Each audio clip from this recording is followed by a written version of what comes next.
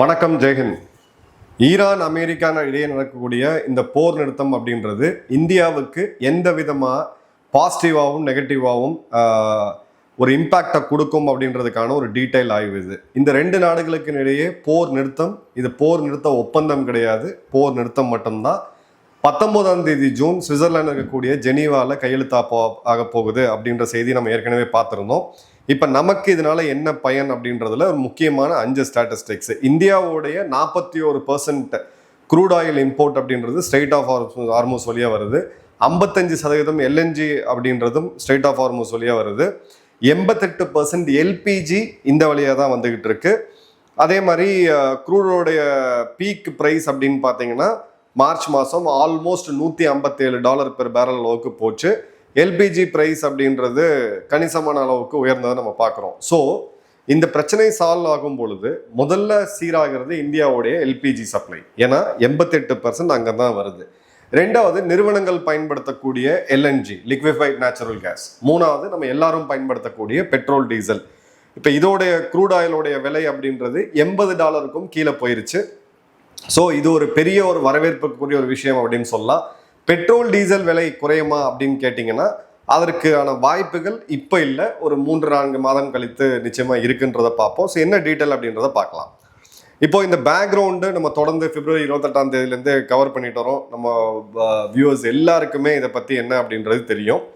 அதே மாதிரி நம்மளுடைய இம்மிடியட் ரிலீஃப் அப்படின்றது க்ரூட் ஆயில் மிகப்பெரிய லெவலில் விலை வீழ்ச்சியை சந்திச்சிருக்கு. இந்தியாவுக்கு ஒரு நல்ல விஷயம் அது.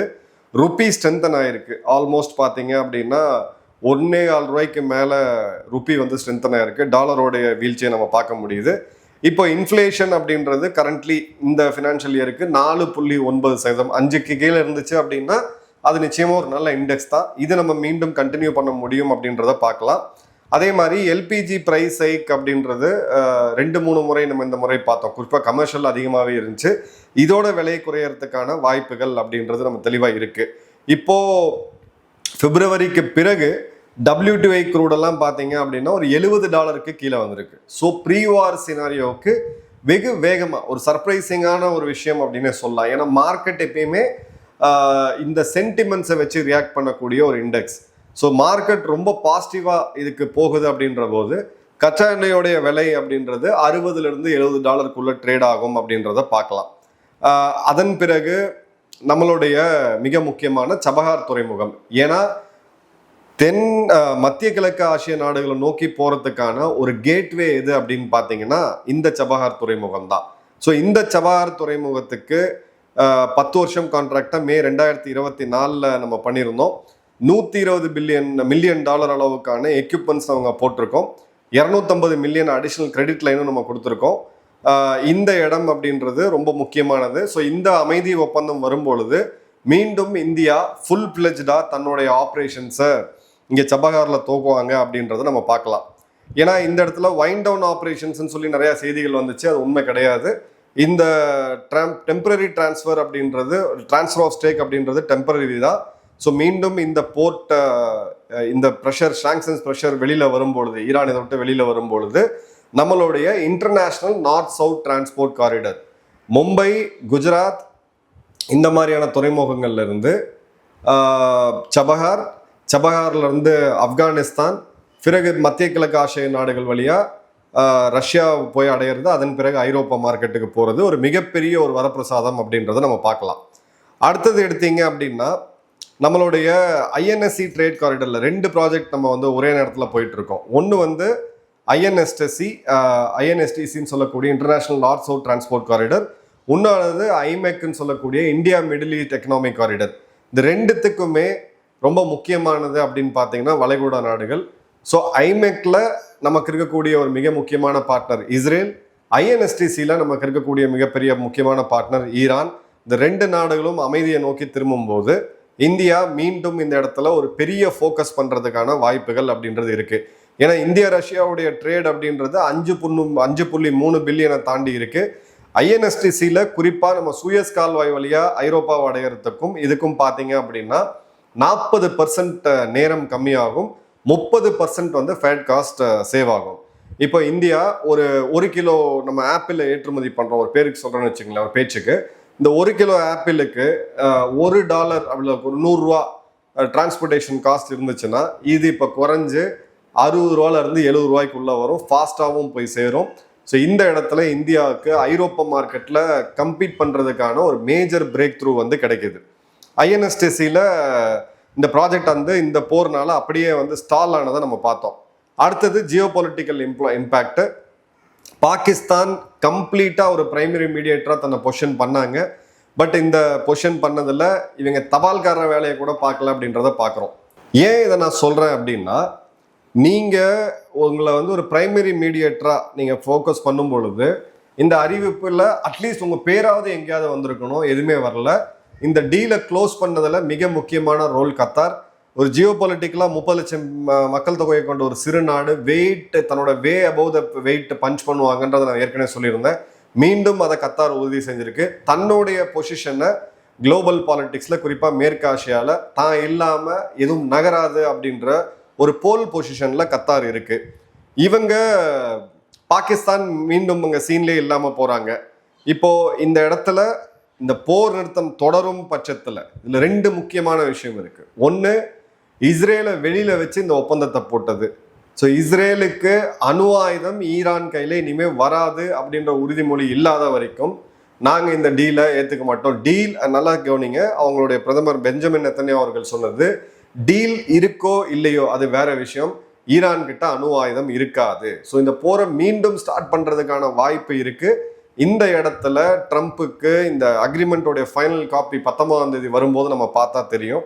இந்த 440 கிலோ செறிவூட்டப்பட்ட யுரேனியம் அது எந்த நாட்டுக்கிட்ட போகும், யார் கஸ்டடியில் போகும், அதை ஆய்வு செய்ய போறது யாரு, அதற்கான கால சூழ்நிலை என்ன, கெடு என்ன, இது ரொம்ப முக்கியமானது. இன்னொன்று, ஈரானுக்கு சொல்லிட்டு மீண்டும் மீண்டும் சொல்லிருக்கிறது $250 பில்லியன் ஃபண்டிங். இந்த ஃபண்டை வந்து அமெரிக்கா கொடுக்கறதுக்கு ஒப்புக்கிட்டாங்கன்னு சொல்லிட்டு அவங்க சொன்னாங்க. ட்ரம்ப் வந்து இப்போ அதை ஃபேக் நியூஸ் அப்படின்னு சொல்றாரு. ஸோ அதில் என்ன நடக்குது அப்படின்றத பார்க்கணும். இப்போ நம்மளோட ஃபாரின் பாலிசியில் உதாரணத்துக்கு நம்மளுடைய முன்னாள் ஃபாரின் செக்ரட்டரி நிருபமா ராவ் அவர்கள் அவங்க எக்ஸ் தளத்தில் என்ன பதிவிருந்தாங்கன்னா, எல்லா இடத்துலையுமே இந்தியாவோட இன்ட்ரெஸ்ட் அப்படின்றது கம்ப்ளீட்டாக டேமேஜ் ஆயிருக்கு. India is willing to say so with sufficient clarity. இது இந்தியா விலக்கி பார்க்க முடியுமா, சொல்ல முடியுமா அப்படின்ற கேள்வி வச்சிருந்தாங்க. அவங்களுடைய கருத்துல இருந்து கொஞ்சம் சற்று நான் மாறுபடுறேன். நமக்கு டாப் மோஸ்ட் ப்ரையாரிட்டி அப்படின்றது வளைகுடால நாடுகளில் வசிக்கக்கூடிய நம்மளுடைய மக்கள். 99.9% அவங்களுக்கு எந்த விதமான ஒரு சேதாரமும் இல்லாமல் நம்ம காப்பாற்றிக்கிட்டோம். கடைசி 3 கப்பல்கள் அமெரிக்கா தாக்குனது, 4 நம்மளுடைய வீரர்கள் கடற்படை மாலுமிகள் இழந்தது அப்படின்றது ஒரு பக்கம் இருந்தாலும் ஓவராலாக பார்த்தீங்கன்னா பெரிய டேமேஜ் இல்லாமல் நம்ம தற்காத்துக்கிட்டோம். Second, gas shortage, petrol diesel shortage இல்லாமல் நம்ம பார்த்துக்கிட்டோம். 3வது, நம்மளுடைய ரிசர்ட்ல சபார் போர்ட்டும் இருக்க போது, INSTCயும் இருக்க போது, ஐமேக்கும் இருக்க போது. அப்படின்ற போது நம்மளுடைய ஃபியூச்சர் கனெக்டிவிட்டி, நீங்க ஒரு உற்பத்தி மையமா உருவான மட்டும் பத்தாது, அந்த உற்பத்தி அந்தந்த நாடுகளுக்கு போய் சேர்றதுக்கு ஒரு ஆப்டிமைஸ்டா ஒரு ரூட் அப்படின்றது வேணும். ஸோ அந்த இடத்துல நம்ம மீண்டும் ஒரு இடத்துல உறுதி செஞ்சிருக்கோம். பாகிஸ்தானுக்கு இதனால மேஜரா ஏதாவது பெனிஃபிட் கிடைச்சதா அப்படின்னு பார்த்தீங்கன்னா நிச்சயமா இல்லை. ஒருவேளை அந்த பெனிஃபிட் கிடைச்சிருக்கு அப்படின்னு நம்ம ஒரு யார்ஸ்டிக்ல எடுத்துட்டா கூட, கில்கிட் பால்டிஸ்தான் மற்றும் POJக்கள் நடக்கக்கூடிய போராட்டத்தை பார்த்தாலே தெரியும், அந்த நாடு உள்ளுக்குள்ள பல பிரச்சனைகளை ஹேண்டில் பண்ணிக்கிட்டு இருக்கு. இது வரைக்கும் அமெரிக்கா நீங்க மீடியேட் பண்ணீங்க அப்படின்னு சொல்லி ஒரு கூலியா கூட $1 கொடுக்கல அப்படின்றத பாக்குறோம். தலைகளா அமெரிக்காவுடைய நெருங்கிய நாடு ஆங்கிலோ சாக்சன் அலையன்ஸ்ல இருக்கக்கூடிய பிரிட்டன் வந்து UK இவங்களுக்கு எதிரான ஒரு நிலையை எடுத்திருக்காங்க அப்படின்றத பார்க்குறோம். அதே மாதிரி சைனாவுடைய ஃபுட் பிரிண்ட், சைனா இந்த இடத்துல ஒரு ஹிடன் ரோலை பண்ணியிருக்காங்க. ட்ரம்ப் சைனா போயிருந்த போது நான் சொல்லியிருந்தேன், தாய்வானை நான் விட்டு கொடுத்துட்றேன், ஈரானை நீ விட்டு கொடுத்துருன்ற அந்த ஒரு அக்ரிமெண்ட் எந்த அளவுக்கு விட்டு கொடுத்துருக்காங்கன்றது காலம்தான் பதில் சொல்லும். பட் நிச்சயமா இந்த இடத்துல சைனாவும் அமெரிக்காவும் ஒரு அக்ரிமெண்ட்டுக்கு வந்திருக்காங்க. இப்போ அந்த 12 பில்லியன் ஆர்ம் சேல் தாய்வானுக்கு கொடுக்க வேண்டியதை அமெரிக்கா இப்போ நிறுத்தி வச்சிருக்கு. அதுக்கு பல சால்ஜாப்பை அவங்க சொல்லிட்டு இருக்காங்க. அதே மாதிரி ஈரானுக்கு கொடுக்கக்கூடிய சோடியம் பெர்குலேட் மிசைல் தயாரிப்புக்கான ப்ரீகர்சஸ் எல்லாமே இப்போ சைனா ஓரளவுக்கு தடுத்து வச்சிருக்கு. ஸோ இந்த ஈக்குவேஷன்ல இந்த போட்டி இப்போ ஈரான்லேருந்து ஷிஃப்ட் ஆகி இது இந்தியா மற்றும் மிச்ச நாடுகளை நோக்கி வரதுக்கான வாய்ப்புகள் இருக்கு. ஸோ ஃபியூச்சர் டெஸ்டிங் கிரவுண்ட் அப்படின்னு பார்த்தீங்கன்னா என்னுடைய கணிப்புப்படி மியான்மர் ஒரு பெரிய பேட்டில் கிரவுண்டாக இருக்க போது, பிலிப்பைன்ஸ் ஒரு மிகப்பெரிய பேட்டில் கிரவுண்டாக இருக்க போது, இலங்கை ஒருவேளை இப்போ இருக்கக்கூடிய ஸ்டேபிளான அரசாங்கம் எங்கேயாவது சேஞ்ச் ஆகுது அப்படின்ற பட்சத்தில் இலங்கையும் இந்த பவர் பாலிடிக்ஸ்குள்ள வந்துருவாங்க அப்படின்றத பார்க்குறோம். ஸோ சைனா தன் மேல ஏற்பட்ட அந்த தாக்கத்தை வெளியில காமிச்சிக்க முடியாத அளவுக்கு அவங்க ஸ்ட்ராட்டஜிக் பெட்ரோலியம் ரிசர்வ் வச்சு மெயின்டைன் பண்ணியிருக்கிறாங்க, ஓரளவுக்கு சமாளிச்சிருக்காங்க. பட் ஜியோ பொலிட்டிக்கலாகவும் அவங்க ஸ்ட்ராங்காக நின்று இருக்காங்க. எதிரி நாடாக இருந்தாலும் இதில் ஒத்துக்கிட்டு தான் ஆகணும். இப்போ ஆப்ரேஷன் உர்ஜா சுரக்ஷா இந்தியாவுடைய கடற்படையோடைய டிஸ்பிளேவை நம்ம பார்த்தோம். ஸோ நமக்கு பிப்ரவரியிலிருந்து ஜூன் மாதம் நம்ம அனுபவிச்ச வழி என்ன அப்படின்னு பார்த்தீங்கன்னா, $69 நம்ம வாங்கிட்டு இருந்த கச்சா எண்ணெய் மார்ச் மாதம் பார்த்தீங்கன்னா ஆல்மோஸ்ட் $157 போச்சு. 130% ஸ்பைக் 2-3 வாரங்களில். இருக்கிறதுலே மிகப்பெரிய ஹிட்டை நம்மளுடைய ரூபாய் எடுத்துச்சு. ஆல்மோஸ்ட் $97 வரைக்கும் டாலர் போனதெல்லாம் நம்ம பார்த்தோம். இன்ஃப்ளேஷன் அதிகமாச்சு. கேஸ் ஷார்ட்டேஜ் கண்டிப்பாக கமர்ஷியல் செக்டாரில் ஒரு பெருமளவுக்கு பாதிப்பு ஏற்படுத்துச்சு. இதில் நேரடியாக ரீட்டைல் இருக்கக்கூடிய ஹோட்டல் துறையினர் கொஞ்சம் பாதிக்கப்பட்டாங்க. அந்த பாதிப்பு நிச்சயமாக இப்போ சீராகும் அப்படின்றத பார்க்கலாம். ஸோ நம்மளுக்கு இந்த ஜியோ பொலிட்டிக்கல் ரிஸ்க் இதில் கிடைக்கக்கூடிய அந்த பாதிப்பு நீங்குது. சப்ளை செயின் டிஸ்ட்ரப்ஷன் ஒரு 3.5 மாத காலம் நடந்திருக்கு. உடனடியாக சரியாகாது. அதாவது ஏற்றுமதி தேக்க நிலை, ஆல்டர்னேட் ரூட்டில் போகிறது, ஹை சீஸில் இருக்கக்கூடிய இன்வென்ட்ரி, இது எல்லாமே பார்த்தீங்கன்னா இன்னும் கொஞ்ச நாள் தொடரும். ஒரு 5 மாத காலத்தில் சரியாகும் அப்படின்றத எதிர்பார்க்கலாம்.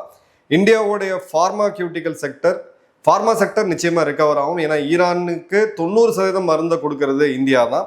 அதே மாதிரி நமக்கு இந்த லாங் ஸ்டாண்டிங் ஸ்ட்ரக்சரல் இஷ்யூ அப்படின்றதுல ஒரு சில முக்கியமான விஷயத்தை நம்ம பார்க்கணும்.